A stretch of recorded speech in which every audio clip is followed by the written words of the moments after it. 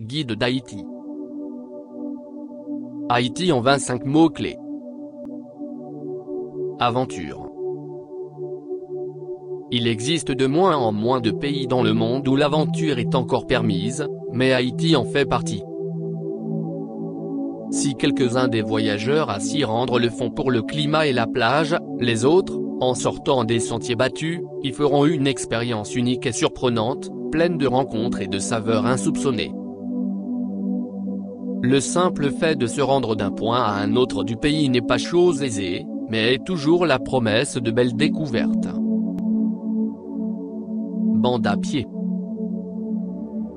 Groupe qui suit à pied un orchestre durant le carnaval.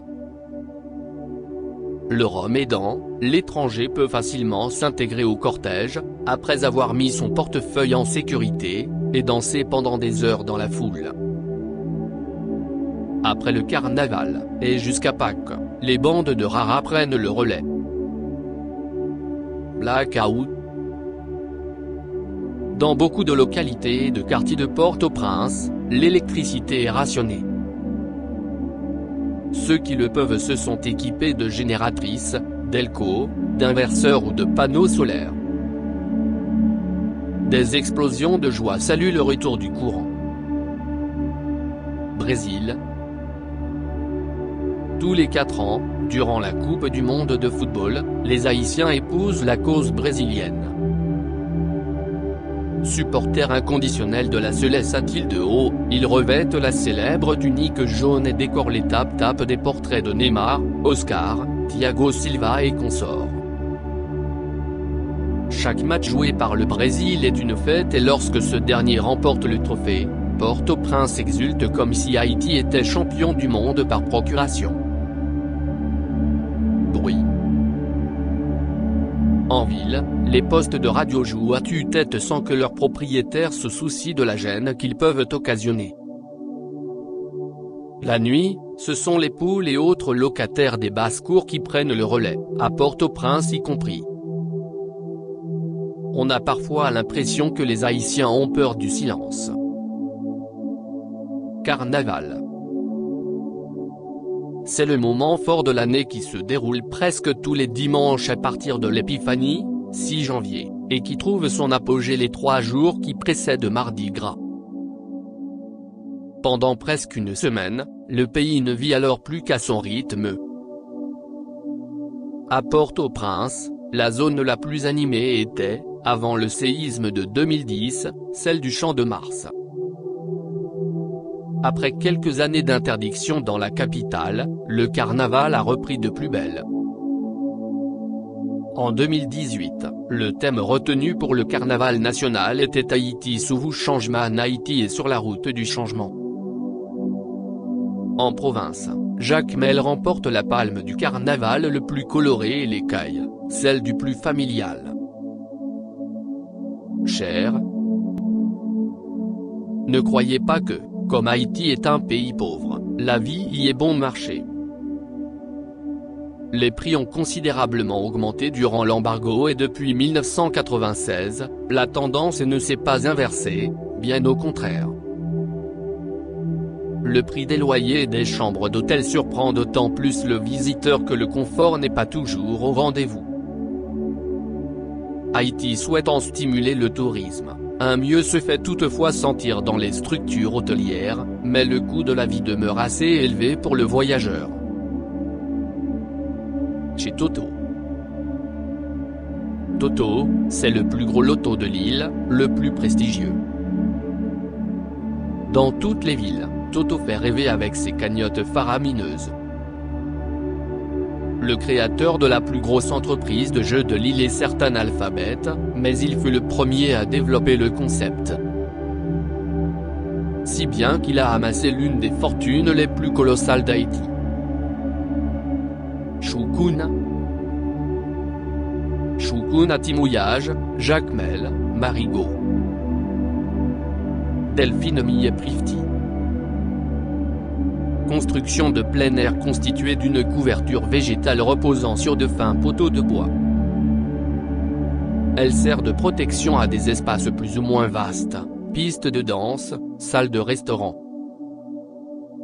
Shukun est aussi le nom d'un personnage littéraire célèbre, une jeune fille dont le poète Oswald Durand perdit l'amour au profit d'un étranger.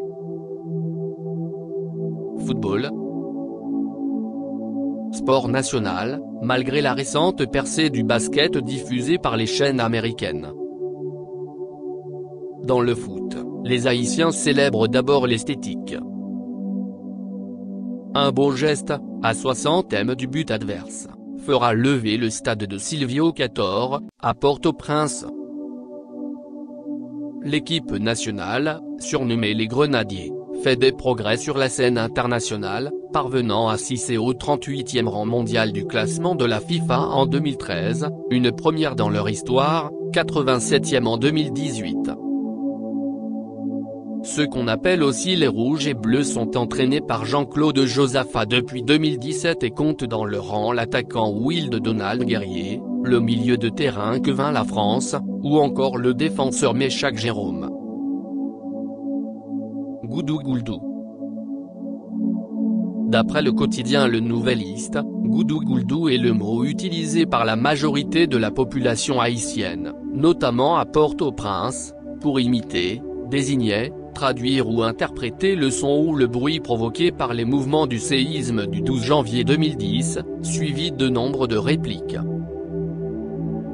C'est, depuis, l'onomatopée la plus populaire par laquelle les gens expriment le sentiment de l'effet ressenti à l'intérieur des maisons, à l'occasion des secousses. Gaguerre.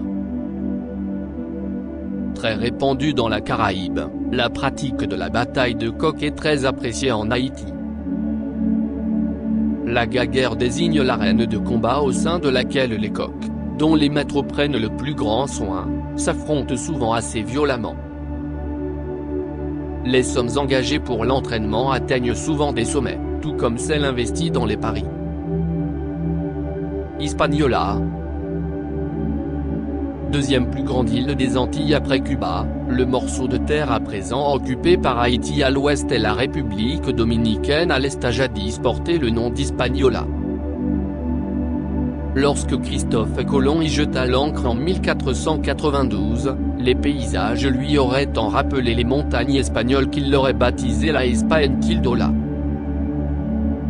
Par la suite le mot a été latinisé pour devenir Hispaniola, terme principalement utilisé dans les cartes marines, pour finalement s'incorporer à la langue française au XVIIIe siècle. Il est aujourd'hui toujours employé pour désigner ce territoire qui enregistre la plus dense population des Caraïbes. Jazz. En Haïti, ce mot désigne un groupe musical. Coupé Chloé et Tropicana sont, par exemple, les jazz les plus connus du pays. Ce que nous appelons le jazz n'est pas très populaire ici, même si quelques musiciens locaux se produisent de temps à autre dans des bars de la capitale. Attention, le jazz haïtien n'est pas à confondre avec notre jazz occidental, souvent les orchestres de jazz sont plus proches de la soul, voire du rock des années 1960. Ils sont toujours composés de chœurs gospel et de cuivre, voilà pourquoi les Haïtiens les appellent groupes de jazz. Laisser grainer. L'une des grandes spécialités haïtiennes, tant que ça fonctionne, même si tout est de guingois. Puis quand ça lâche, ça ne fonctionne plus. Les Haïtiens laissent grainer et oublient souvent que le matériel a une durée de vie limitée. Minujuste.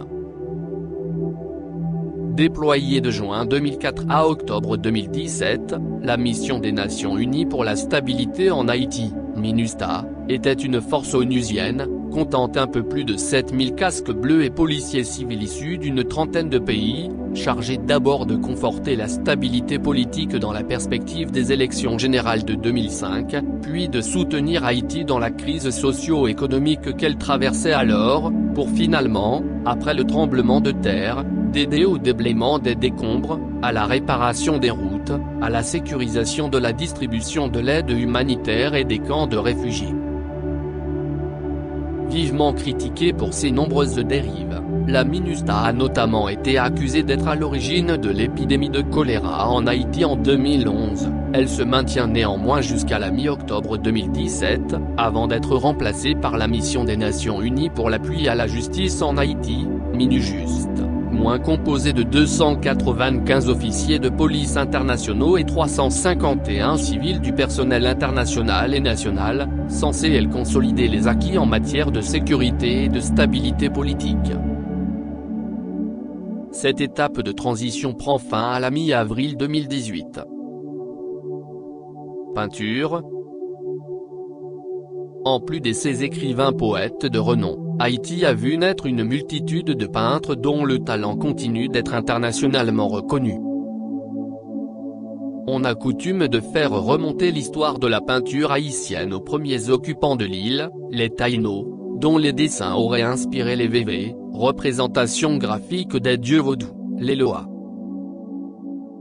Mais c'est au cours du siècle passé qu'est advenue la reconnaissance, à travers les multiples écoles haïtiennes, l'école capoise, celle de Saint-Soleil et de Grande-Rue, les paysagistes, portraitistes ou encore les symbolistes.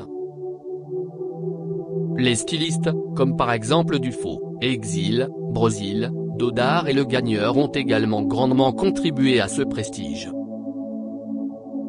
Il n'y a qu'à faire le compte des galeries qui émaillent la capitale pour prendre la mesure de la fertilité de l'art pictural en Haïti. Plage.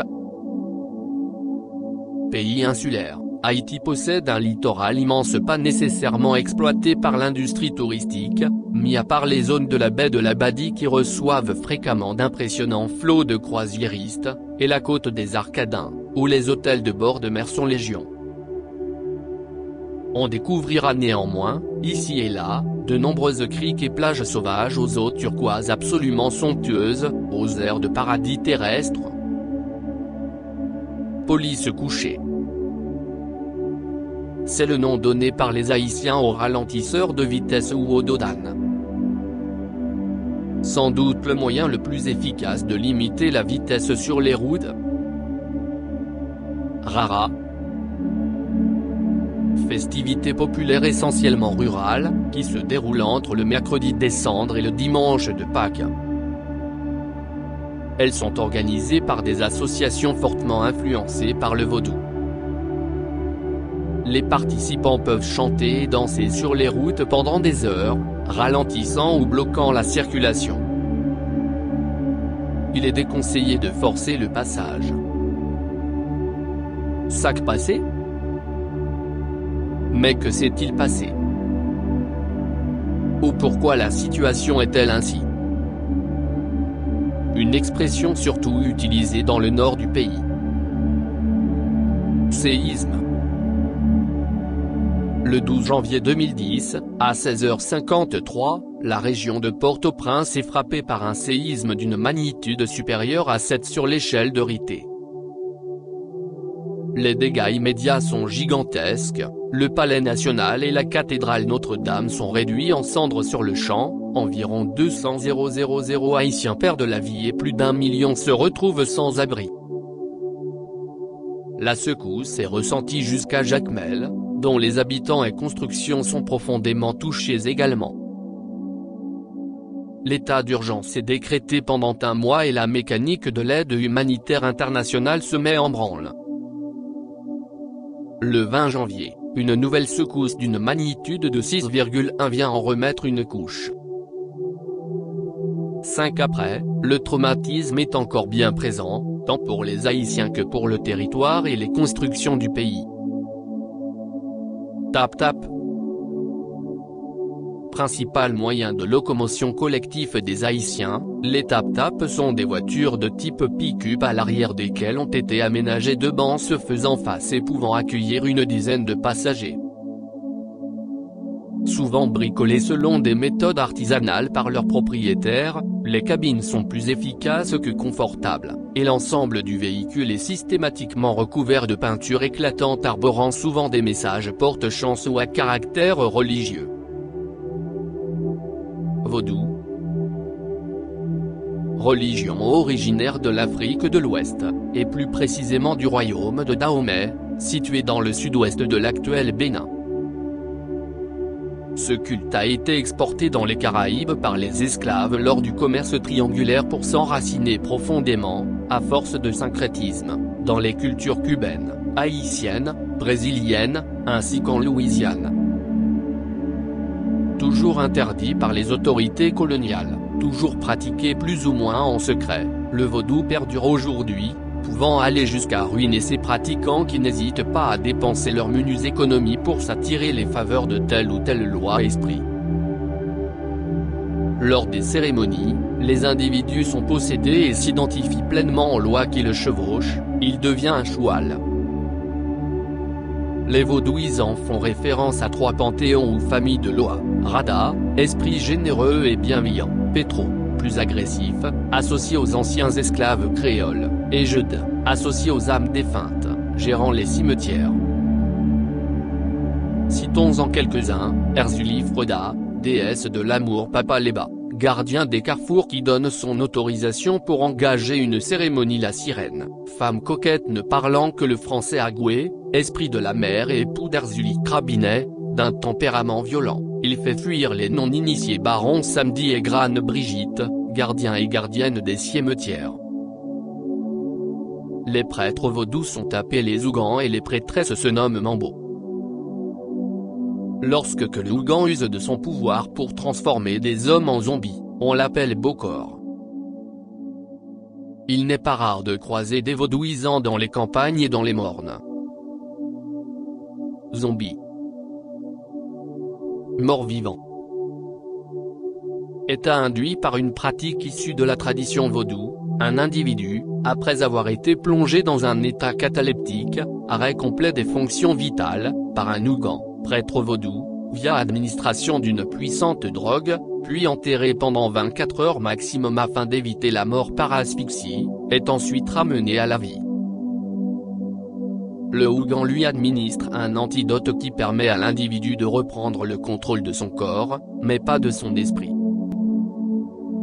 En effet, une drogue hypnotique lui est donnée de manière à le conserver dans un état d'amnésie, le rendant totalement soumis aux ordres de son bourreau.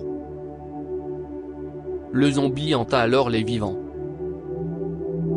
Pratique peu courante mais bien vivante, au Bénin et en Haïti. Crédit du texte Petit Futé. Transformé en audio par Saint-Louis. Au revoir, à la prochaine.